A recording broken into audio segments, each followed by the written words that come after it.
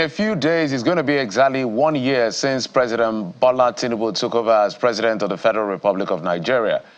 And on the day of his inauguration, he made promises based on his renewed hope agenda. Some of those promises we're going to X-ray today on the program, but we're going to start that series of evaluating the past 1 year under his presidency from the agricultural sector. How well has that sector fared, given the numbers that we're seeing in terms of food inflation, which stands at 40%, as against when he came in, which was about 24%, an increase of in excess of 15% across board in the last 1 year. So how well has the Tinubu administration done in fulfilling his promise in the short term of revamping the sector called agriculture? We've been joined on the program to explore this conversation by the Executive Director, Center for Food Safety and Agricultural Research, Professor Christopher Amwa, is right here in our Lagos studio. Thank you so much for coming on the program, sir. Thank you. And thank we also have the Founder Executive Director, DDEE Farms, Oluwadamilola Awe. Thank you, madam, for coming on the program. Thank you for having me. Also joining us via Zoom is the former head of Agricultural Department, Abaji and Abuja Municipal Area Council, Dr. Shaibu Adamu, and also President of She Farmers Initiative, Mr. Mitokwe Ande. All of these gentlemen and ladies joining us to explore this conversation right here. Let me come to our Lagos studio to start this conversation before we go to our Zoom guest. Professor and Madam, it's you I want to start with. So I'm tempted to go back to some of the things that the president relied on, or some of the things he said in his renewed up agenda, which he re-echoed during his presentation or his speech, some of which he said there's going to be an introduction of a commodities board, modernize agriculture, to expand grain reserve and food storage, rural infrastructure development, irrigation and water catchment program, access to finance, cooperative, and large-scale land clearing and all of that. These are some of the promises were made. We know some of these promises are in the long term, some in the short term. As an opener, what will be your assessment of the Tinubu administration as far as agriculture is concerned, Prof? Thank you once again. Good morning. By and large, it is not completely true that some of these promises are in the long haul, because even those that are in the long haul movement ought to have started by now, because all of them that you have listed that were promised were things that if there is an agenda in that direction, it should start now. But to answer your question directly, to attend to your proposal directly, I think there has been some kind of confusion in the polity, because while on one hand it appears as though this government is apparently committed to revamping the agricultural sector, on the other hand, some other macroeconomic indices appear to be counteracting those intentions or those promises. For example, the commodity pricing that is supposedly supposed to encourage farm production, agricultural outputs, because when prices are going up, the farmer is supposed to be getting more because he's the primary producer. But as it were, you can see that while that is going on one hand, there is no activity absolutely that seeks to stop the influx of cheap produce that are coming from without Nigeria. And that will counteract whatever gains that the farmer would make from increased pricing. So generally, there has been some promises, there has been some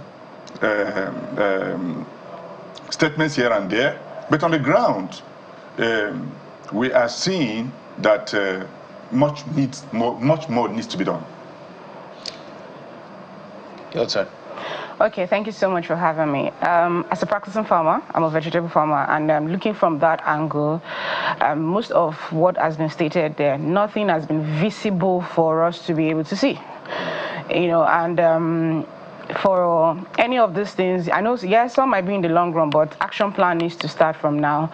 Like for the commodity board, we've not heard anything about it. When it comes to irrigation, now in the southwest, most of us are the ones trying to drill our boreholes on our farms. You know, if we're not farming close to a dam where we have natural water source and all like that. Then talked about the rural development of the roads and all like that. Nothing has really been put in place. And it's so painful that right now food prices are going up because most of our inputs that we use is very painful. They are being imported, so it's been affected by the inflation. The cost of production has increased, and that doesn't mean that the farmers are making more money, even though that we have high cost in food prices. Like in the horticultural sector right now, I know how much a crate of tomato is going, and it's still going to go higher because most of what we use are being imported. Hybrid seed and all are being imported. So there's so much. The access to finance aspect, you know, when I saw it, it's still, banks are still giving normal, you know, if you have good asset and normal rates, you know, even if you tell them you are farmers, sometimes some banks will just zero you out. Only very few banks still have maybe some exceptions, you know, for the agricultural sector. So we are still yet to assess that. We have not still heard from BOA at the moment. Then when we talk about, so different things, this food storage, they talk about the food storage, and it stated that there were going to be fresh food storage in marketplaces and all. Nothing about that yet, you know. And I think that in general, in achieving this agenda that the government said they were going to do, the state government has a role to play. And intentionality is key. You know, most states needs to be intentional about the food production of their states. You know, take for example now, like Niger State, who has cleared over 1 million hectares of land for food production. So some of this, I feel that some of these promises that have been made, I think it is an action point for governors to come together and say, okay, this is what the governor have said. Okay, governors, presidents, we've already cleared land. We need this, and this, and this, and this, and this. So it's the intentionality for me, because right now, farmers are just at the verge of doing everything, providing yourself lands. We had that either lease lands by ourselves. If you don't have access to land by yourself, then we get our inputs, we clear our roads by ourselves, we carry to the market ourselves, and we are at the mercy of the market price. We don't have a system where farmers have the opportunity to give their prices and all. So everything right now just looks as if it's working against the farmer, if you look at it, and it is very frustrating. And we don't even want to talk about the other disadvantages and all. So looking at it right now, there is nothing feasible. Maybe there's still some paperwork up there that we don't know about, you know, and all like that, but there's nothing feasible that we can look at that in the last 1 year compared, you know, they talked about the water irrigation system. It would have been very fantastic, because that alone is, it's because especially for the horticultural sector, where we need water, tomatoes, pepper, cucumbers, we need water all the time. That irrigation system, so the ideas were very fantastic. Actually, they are fantastic if they're going to be implemented, it will ease a lot on farmers. But now the irrigation system, nothing has been done yet. And funny enough, we have dams. At least I'm talking about the southwest because that's where I'm resident. We have dams that can be taken advantage of for starters, you know, for agricultural system. At least I think we have up to 9 that can be used in both whether Ogun or Osun, whatever, and even in the northern part. So right now, so that's it on my end. Okay. I believe Mrs. Andy is ready, and I wonder if she's ready so that she can also respond to the same question before I follow up with the practicality of it all, you know, if we consider the time that the administration actually took off. Are you ready, Mrs. Andy? Okay. Are you ready? Yeah, good morning. Yes, I am. Okay, so go ahead with your own assessment of the administration in the area of agriculture in the last 1 year. Well, I think for me, the federal government has been, they've been on the right path in changing the nature and the structure of agribusiness in this country. But, you know, my last conversation here, I still insist that the governors at different regions must also integrate themselves with the federal government plans, the OP agenda, the new OP agenda. If you ask me, in the last 1 year, Jigawa State has been very intentional in this program, in the national program. Number one, I think about 2 weeks ago, I still read in the paper that the Governor Namadi of Jigawa State has distributed $250,000 US. That's about 370 million to about 10 communities. You know, and that's going to be sustainable. It's an intervention with a joint business with the World Bank.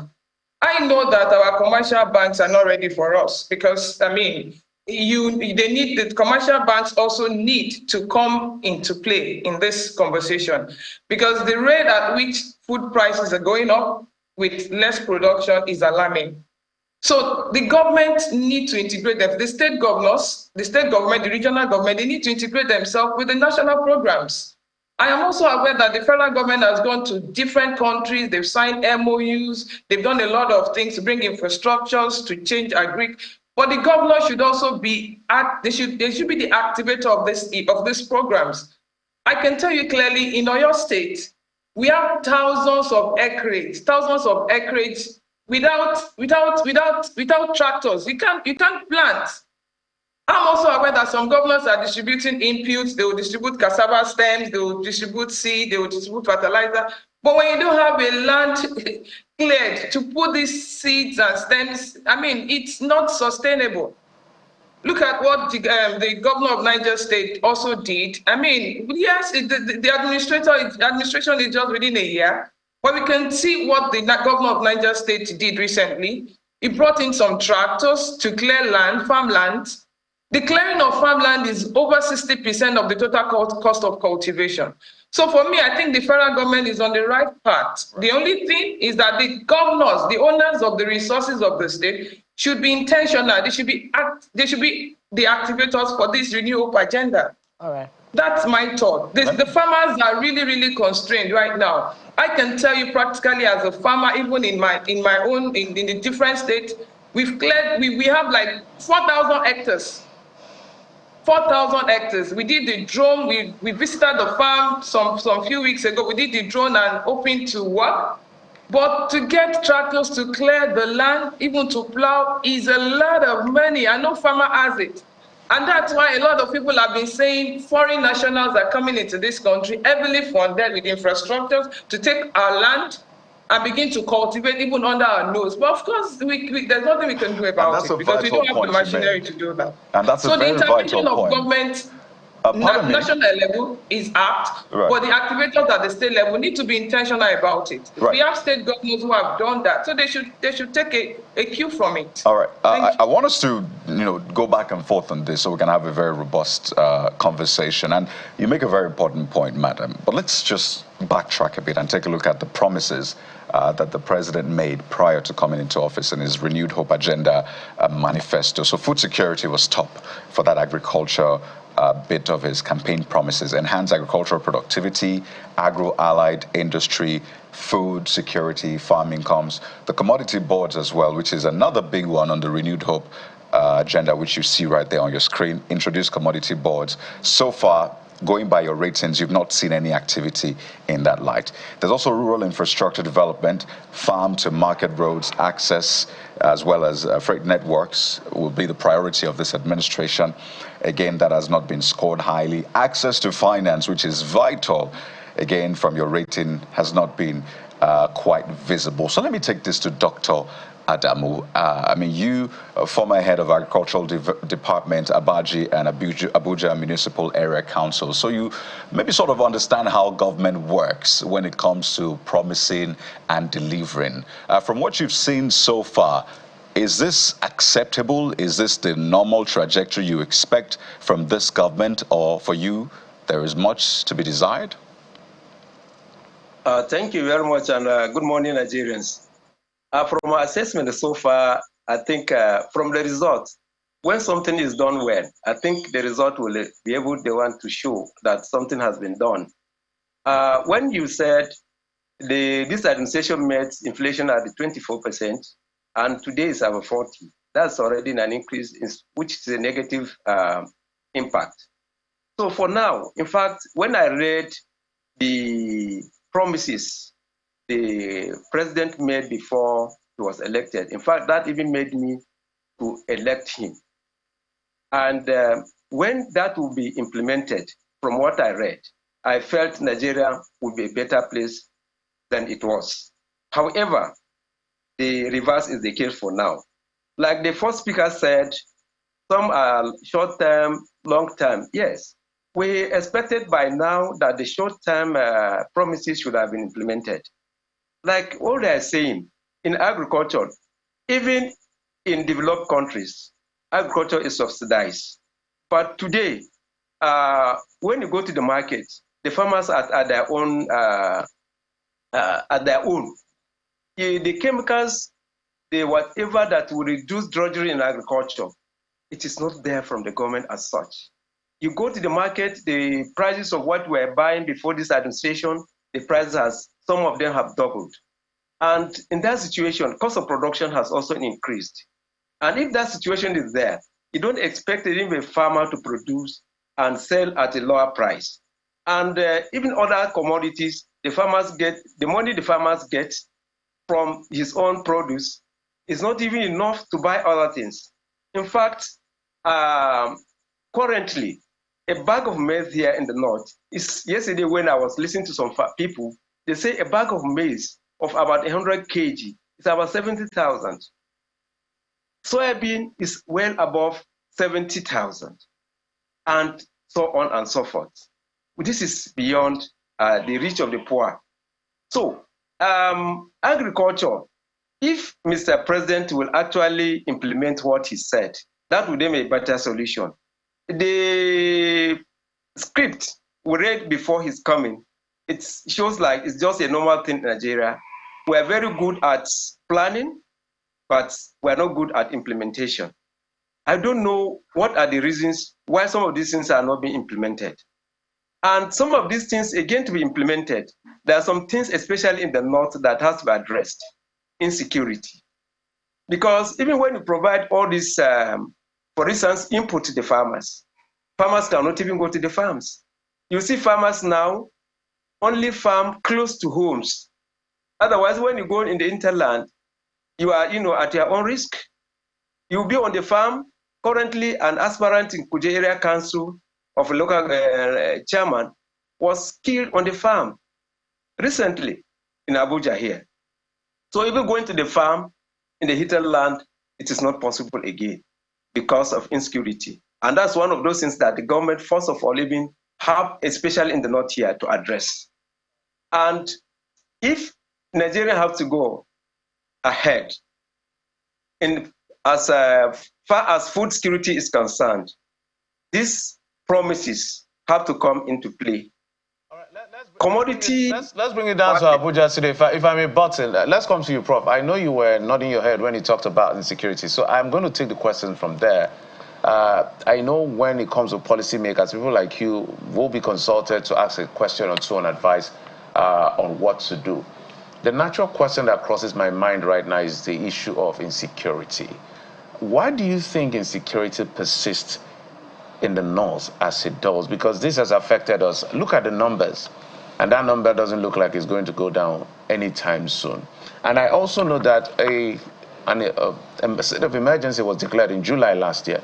And one of the things the president highlighted was that there'll be short-term strategy to use savings from fuel subsidy removal to revamp the agricultural sector. I don't know what that means, whether it's to help curb insecurity or impute or whatever it is. So what exactly do you think is driving insecurity? Because eventually it's affecting all of us at the end of the day when it comes to food security. Well, interestingly, a greater percentage of Nigeria lives in the rural areas. And that's where most of the food is produced. Over 80% of the food supplied into Nigeria that is indigenously produced is from the rural areas. And these are the epicenters of the insecurity, of the banditry, of the Boko Haram, and the rest. Now, before I even come to that directly, you see, she mentioned something about damming. We have about 11 or so river basin development authorities. We have one in the lower Benue where I come from.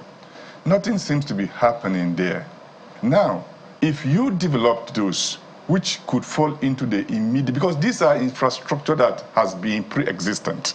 If you develop those and pump energy, activate those river basin development authorities, they will begin to be active and people would see, farmers will receive some improvement in what they are doing. Now, back to your question.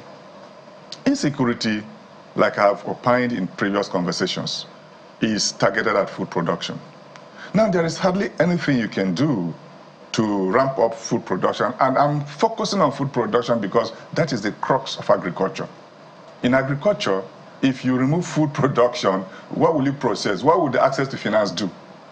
Access to finance is geared towards increasing food production. Now, the basis for producing food is the land. And farmers are chased out of the land through insecurity. Whatever guise is used is just a cover-up, is to decimate food production. And that is the target. Now, there is absolutely very little that the federal government can do in improving agricultural output without tackling the issue of rural insecurity headlong. Now, you look at the Land Use Act of 1978. The land is domesticated in the hands of the state governments. The governors control the land. But security is in the hands of the federal government. And when there is some kind of limitations or hindrances for access to farmlands, the governors are bearing the title of chief security officers of their states, but they have nothing much to do to curb the insecurity until they get clearance from the top, from the federal government. Now, having that basic understanding that decimation of food sources is the driver to insecurity. Of course, there's a concomitant issue of illegal mining that go together with it. But this directly affects food production. So if there is going to be anything that will change the narrative, the first short-term measure that will be taken is to look at the issue of insecurity headlong and remove it out of the equation and allow the farmers to go back to the farms. When the farmers go back, before today, when we were less than 200 million people, these same farmers were feeding us. These same farmers were the ones that fed Nigeria to the level of this population growth. And these farmers have demonstrated resilience and capacity to do what they know how to do best. So if you remove the insecurity equation, factor out of the equation, farmers go back to the land, then the issue of land clearance will come in. Of course, land needs to be cleared for farmers. Of course, irrigation services need to be provided. Of course, access to finance. But essentially, I'll bring in another factor. If you go to where these foods are produced, basic infrastructure is lacking, like roads. A lot of food that farmers used to produce got wasted.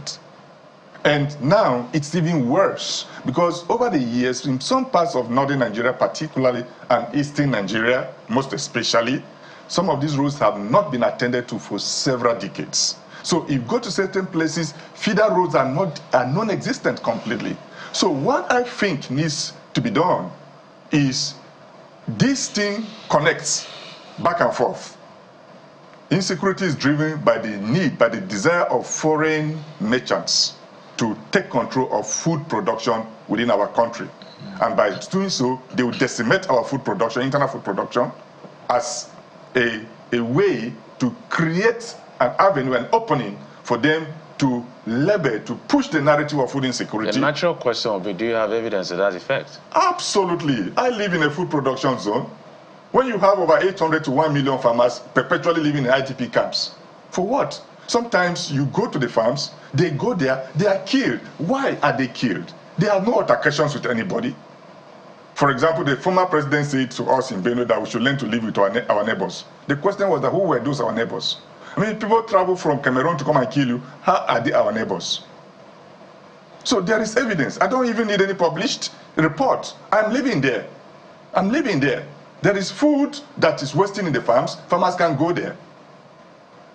But there are other areas that are not ravaged by insecurity in Nigeria. If you could talk about the Southwest, which is why I want us to go back to the beginning of our conversation, where, I believe it's Mrs. Andy was saying that, or the doctor was saying that there are some areas of deliverables that are not time-bound, and some are time-bound. So if you look at the introduction of Commodities Board, grain reserves and food storage, rural infrastructure development, irrigation and water catchment, for instance, I want you to begin to look at it one after the other and speak to what is practicable that ought to have been delivered within the time frame of, let's say, 7 to 8 months that the administration actually kicked off after the constitution of the cabinet. I'd like to start with you first in the studio. Okay, thank you so much. Okay, so if we start, let's pick irrigation for starters. And let's look at the horticultural sector, please.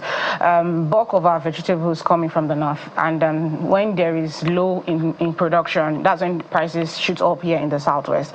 So if you look at it now, although yes, we have southwest farmers who are vegetable farmers and the likes, but because of irrigation, and we have dams like in Oyo, we have Ajeda dams, we have different dams. In Ogun State, we have Onyo dams, and these dams are not fully utilized.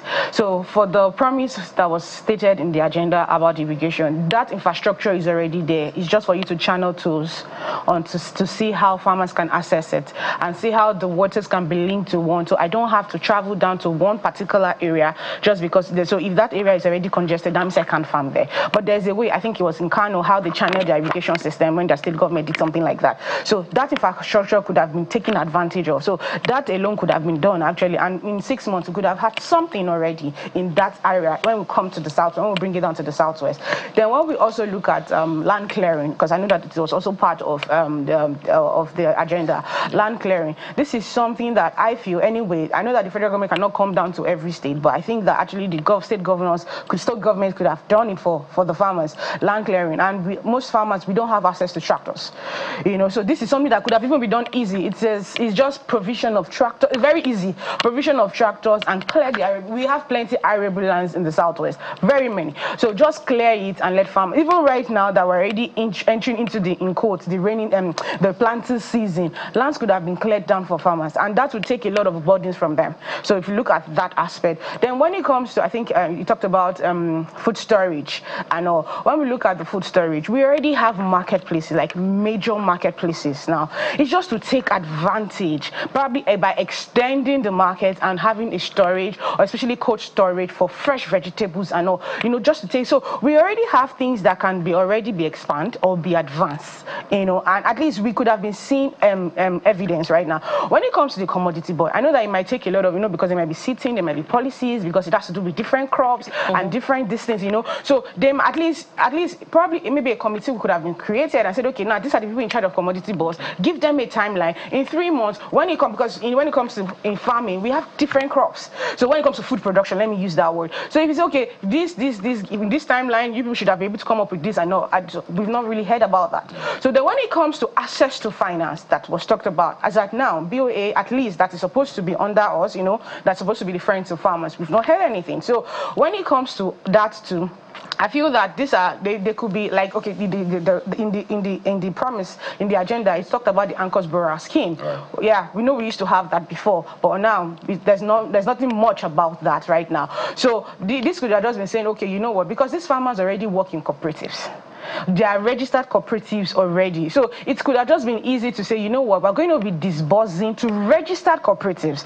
Maybe it might not be so much. Let us say we want to start with 10 million. Let's see how, because there have been issues of maybe farmers might not pay back on and all like that. Okay, let's say for each cooperative in every state, we'll give you 10 million naira. If you utilize it well, you pay back within the stipulated time in 6 months, we'll give you another one. This is almost 1 year. So any serious cooperative would have paid back and return and increase it. Well, I know, yes, it's been said that some of these farmers are being chased to pay back regarding the loans that had been given at some point. But you say that there's a large number of farmers that are well and able to pay back. Oh, yes, and yes, it's yes. viable. Oh, yes, yes, so it's important to look into that. Let me go to Miss Andy on this one.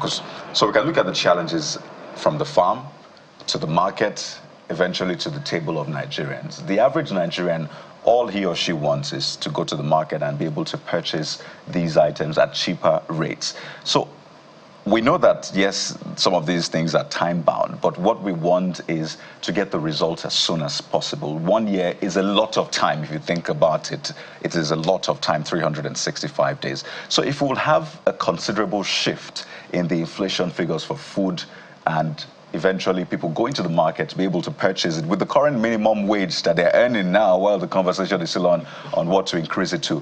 What needs to shift, particularly, specifically? This government is listening to us right now. Thank you so much. I mean, it's very obvious that food prices have maintained an upward trend in the last couple of months.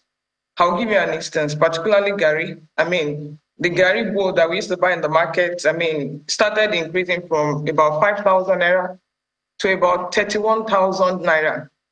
You ask me, why is this serious increase? Why can't the government look at it and bring it down? Like what Madam Awe said, it's just the simple truth. The farmers are there, they are ready to work, but there are no resources. We have the large expanse of land for them to do, hands-on farm produce, cassava, maize. But the governors are not providing that framework for them to thrive. If you look at Southwest and other regions compared to the northern part, the northern governors are activators. They move quickly on. But down Southwest, our governors are distributing inputs to plant on which farm. The farmers do not have money to buy 45 million, 27 million, 30 million tractors to clear their farms. So I also wonder where those inputs goes to, because they're not sustainable. They're not adding to the equation of why food prices is going up. So for me, major part of the Tinubu administration and plan for agriculture, some of them are actually a medium term, not immediate. But the one that is immediate, the governors should be intentional about them. They need to engage the stakeholders in the state. Like what she said, the cooperatives are there. They're also registered with the government. The government knows the cooperative. They should engage. I don't even know if they've called cooperatives meetings or called farmers meetings or crops meetings in the state, so that they can, because that is actually the first point of call. Let them call all the farmers together. We have local government representatives, we have Agric techs in local government. They should bring all of them together and see how they can intervene immediately. So for me, I think that the governors should activate all this. We have dams across the country. Dams, good infrastructure. All they need to do is just to do some maintenance on them. We also have silos. I am aware some of these silos were even taken down at a point.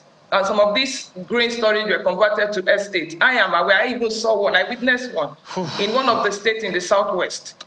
So I think before you even think of storage, let's think of increase in production.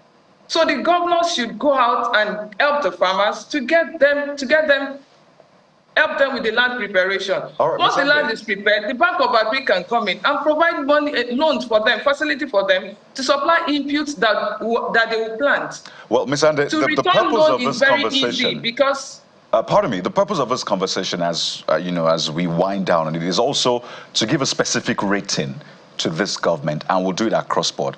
We'll give your percentage, what you rate this government so far in this 1 year, and particularly the minister as well. We've talked about what the state governors are doing and are not doing, and I think we've made that point. So we'll rate this government, the minister, so on a scale of 1 to 100, what percentage would you give this government? And I'll begin with Dr. Adamu. I don't know if you want to add something to what must change, but we have to rate this government. What percentage would you give this government? The minister as well. Should he stay? Should he remain in the cabinet? Should something be done?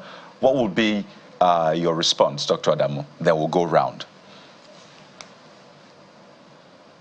Now, with what is happening, the performance in most cases, as far as agriculture is concerned, is below average, because the situation is every day increasing. Everywhere you go now, you hear hunger, hunger, hunger, hunger.